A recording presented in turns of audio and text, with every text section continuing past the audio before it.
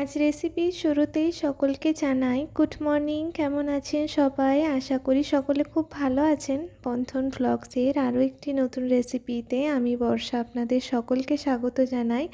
গত ভিডিওতে মাছের ডিমের পকোড়ার রেসিপিটা আমি ছেড়েছিলাম, তো যারা যারা সেই ভিডিওটি দেখেননি অবশ্যই একবার দেখতে পারেন। আশা করি সেই চটজলদি স্ন্যাক্সের রেসিপিটা আপনাদের খুব ভালো লাগবে।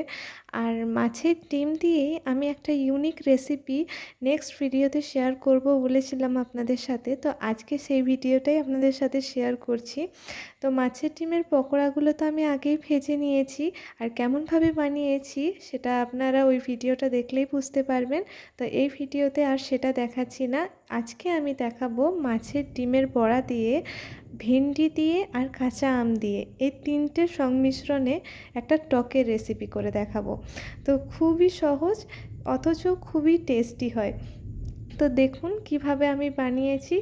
আর ভিডিও শুরুর সঙ্গে সঙ্গেই বলি যে পুরো ভিডিওটি দেখার আপনাদেরকে অনুরোধ করলাম। আর সেই সঙ্গে ভালো লাগলে লাইক করবেন, কমেন্ট করবেন, শেয়ার করবেন, আর সেই সঙ্গে সাবস্ক্রাইব করতে কিন্তু একেবারেই ভুলবেন না। তো চলুন রেসিপিতে চলে যাই। তো চলুন এবার রেসিপিটা বানিয়ে নিই। তার জন্য কড়াইটা ভালোভাবে গরম করে নিয়ে এবারে এর মধ্যে দিয়ে দিচ্ছি আমি অল্প পরিমাণ সরষের তেল।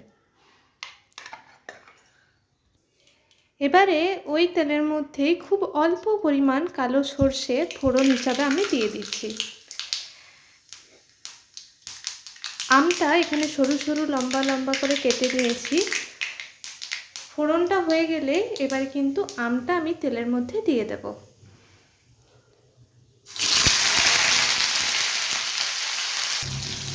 এবারে এর মধ্যে অল্প পরিমাণ হলুদ গুঁড়ো আমি অ্যাড করব প্রথমে, আর নুনটা এখনই দিয়ে দেব না, একটু পরে দেব। এবারে একটু তাইলে নাড়াচাড়া করে নিয়ে আমটা খুব বেশি ভাজবো না, হালকা করে ভাজবো। এই যে একটু হালকা করে ভেজে নিচ্ছি। আজকের এই রান্নাটাতে আমি অল্প ভেন্ডিও অ্যাড করব। তো ভেন্ডিটা আগের থেকেই লবণ হলুদ দিয়ে ভেজে নিয়েছি, তো সেটা আর দেখালাম না, ওটা তো আপনারা আমার থেকে অনেক বেশি ভালো পারেন। তো এই ছোট্ট কাজটুকু ভিডিওতে আমি স্কিপ করেছি।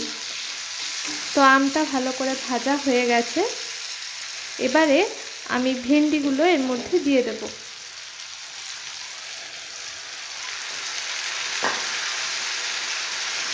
এবারে একটু নাড়াচাড়া করব।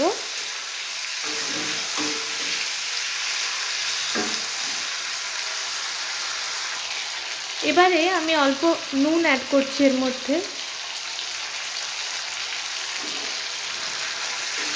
নুনটা এই আমটা আর ভেন্ডিটার সাথে ভালোভাবে মিশিয়ে নেব। আর নুনটা একটু বুঝে দেবেন, কারণ ভেন্ডিটা ভাজার সময় নুন দেওয়া ছিল, সেই জন্য নুনটা একটু বুঝিয়ে দিতে হবে।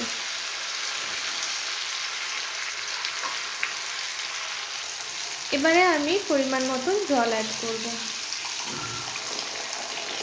আমটা একটু সেদ্ধ হবে, তো এবারে একটু ঢাকা দিয়ে দিচ্ছি।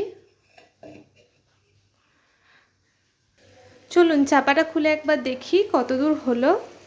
একটু ঝোলিত হবে, কারণ এটা তো আমের টক বানাচ্ছি আমি, তো সেই জন্য এটা একটু ঝোলঝোলি নামাবো। তো এই রকম জল অবস্থাতেই আমি এই যে মাছের ডিমের বড়াগুলো ভেজে রেখেছিলাম সেগুলো এই টকটার মধ্যে অ্যাড করে দিচ্ছি। এইটা দিয়ে নেড়ে চেড়ে এবারে পরিমাণ মতন মিষ্টিটা অ্যাড করে দেব। আমরা যেহেতু টক একটু মিষ্টি খাই, সেজন্য চিনির পরিমাণটা একটু বেশি দিচ্ছি। আপনারা আপনাদের স্বাদ অনুযায়ী চিনিটা বাড়িয়ে কমিয়ে নেবেন। তো চিনিটা গলবে আর ততক্ষণ ঝোলেও বড়াগুলো ফুটে যাবে।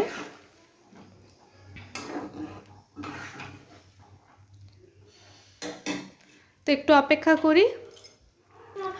তো টকটা মনে হচ্ছে হয়ে গেছে, তো চলুন এটা এবারে নামিয়ে নিই, তারপর এর ফাইনাল লুকটা আপনাদের সাথে শেয়ার করছি। তো এই হচ্ছে আজকের রেসিপির ফাইনাল লুক। কেমন হয়েছে অবশ্যই সকলে কমেন্ট করুন, আর ভালো লাগলে লাইক সাবস্ক্রাইব করতে একেবারেই ভুলবেন না। দেখা হচ্ছে আপনাদের সাথে আবারও নেক্সট ভিডিওতে। ততক্ষণ সকলে ভালো থাকুন আর রেসিপিগুলি ট্রাই করতে থাকুন। ধন্যবাদ।